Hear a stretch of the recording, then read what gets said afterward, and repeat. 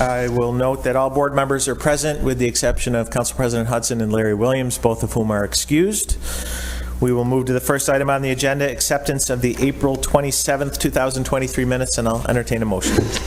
So moved. Second. Any further discussion? All in favor? Aye. Opposed? Carried. Next up, report from the Secretary. I'll turn it over to Joe. Yes, good morning, Mayor and board members. Morning. The only thing I have to report is my understanding is JSCB Phase 3 legislation with additional resources is moving through the state legislature. So Good news. hopefully that will come to a positive conclusion soon. Great. Thank you, Joe. Completes my report. All right. Next up, we have our program manager report. I'll turn it over to Chris. Morning, everybody. Morning. All right, so we're doing well. We're getting pretty close here in terms of getting folks dialed out, but we'll give you a quick run through. So first item up there on the left-hand side, just about 83% with getting change orders into state ed for approval and process. So we're plugging along there and anticipate getting through that here in the next couple months, getting those all submitted. The payments are remaining on tranche 1 is just a single one, and that's for Huntington for the architectural services. And thought we were going to be there with that this month, but not quite there. Waiting on some documentation to be delivered, as-built documentation to be delivered. So upon receipt of that, I don't see any reason why we wouldn't be there in June for the June meeting. And then once that's paid out, then we'll obviously put together the final cost report related to Huntington. On tranche 2, again, we're plugging along well there.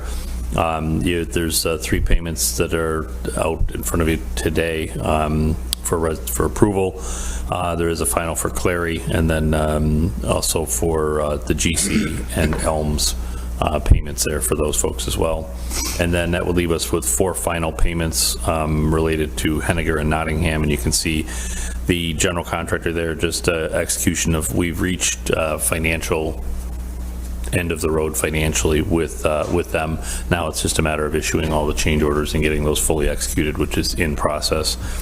And then the controls contractor, same thing, collecting the documentation from them, closeout documentation, and the architect as well, getting closeout documentation from them.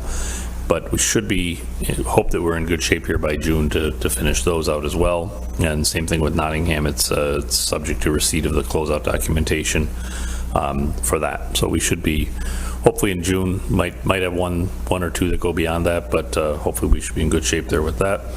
And then in terms of final cost reports, Clary Elms, obviously subject to payments being issued, and that being done, we'll get that cost report issued. Henniger, we're down to just a couple of items left for punch list that might even actually be done by now. Gathering that closeout documentation, as we mentioned before, and then upon receipt of that and final payment, assembling that final cost report there as well. Under Nottingham, the architectural closeout's approved. FCR will be assembled and sent to SED in June or July, obviously subject to the final payment as well. So as you can see, we're right down there. We're at the end of our timeline, which is good. And about the only thing left out there under critical issues is just resolution to that GC claim that is in process. Mm-hmm. So that concludes what I have. Any questions? Questions for Chris? I think we're good. Sounds good. Thank you. Thanks for the update. Okay, next up, we have our financial statement. We'll welcome Donna to the mic. Good morning. Morning. We have our longer financial statement this month. Okay. Instead of the summary, we have the statement because we're at the quarter. This is the first quarter that I'm reporting on. So I'm going to start down on page 5 if everybody wants to follow along. Great. Got it. Good? Okay, so the highlights for the month, we did earn another $15,000 in interest earnings. We had $900,000 in vendor payments that's reported in this report. Those were the vendor payments that were approved in February and March and paid in March. And then we also had the trustee intercept of $34 million from the district's state aid for the May and November debt payments. So on page 5, it does show the $11 million that was intercepted and $22 million Phase 1 and Phase 2. So that cash is sitting in the bank. So total combined, we have $40.1 million of both Phase 1 and Phase 2 cash showing in March.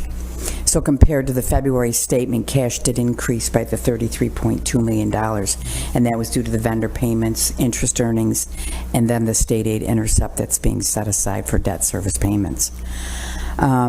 Also, under the capital assets, we have $406.5 million, and that represents all project activity up to 6/30/22. So we'll be updating that coming up at the end of this fiscal year, which is right around the corner. Under the liabilities, you're going to see the due to the district. That is the $34.1 million that was intercepted, the state aid that was set aside. And so our total liabilities to close of June is $350.7 million. And so at the end of March, that puts us at $95.8 million in fund balance. So now I'm going to move on to page 6.